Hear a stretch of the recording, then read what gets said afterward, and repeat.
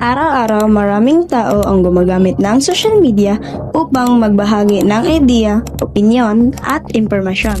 Sa social media, mabilis kumalat ang mga impormasyon dahil madaling mag-like, mag-comment, at mag-share. Kapag hindi ito sinusuri, maaaring kumalat ang mga maling impormasyon o fake news. Bago magbahagi ng balita o impormasyon, mahalagang siguraduhin na ito ay mula sa mapapagkatiwalaang na source. Pag-verify ng impormasyon ay nakakatulong upang maiwasan ang pagkalat ng maling balita. May mga tao gumagamit ng social media para mang-insulto o mang-asar ng iba. Ito ay tinatawag na cyberbullying. Ang cyberbullying ay maaaring makasakit ang damdamin at magdulot ng takot sa stress sa taong nakaranasan ito.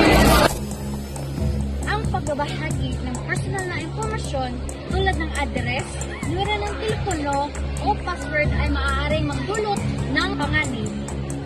Maaaring gamitin ito ng ibang tao sa panluloko o sa maling paraan. Bilang mga gumagamit ng social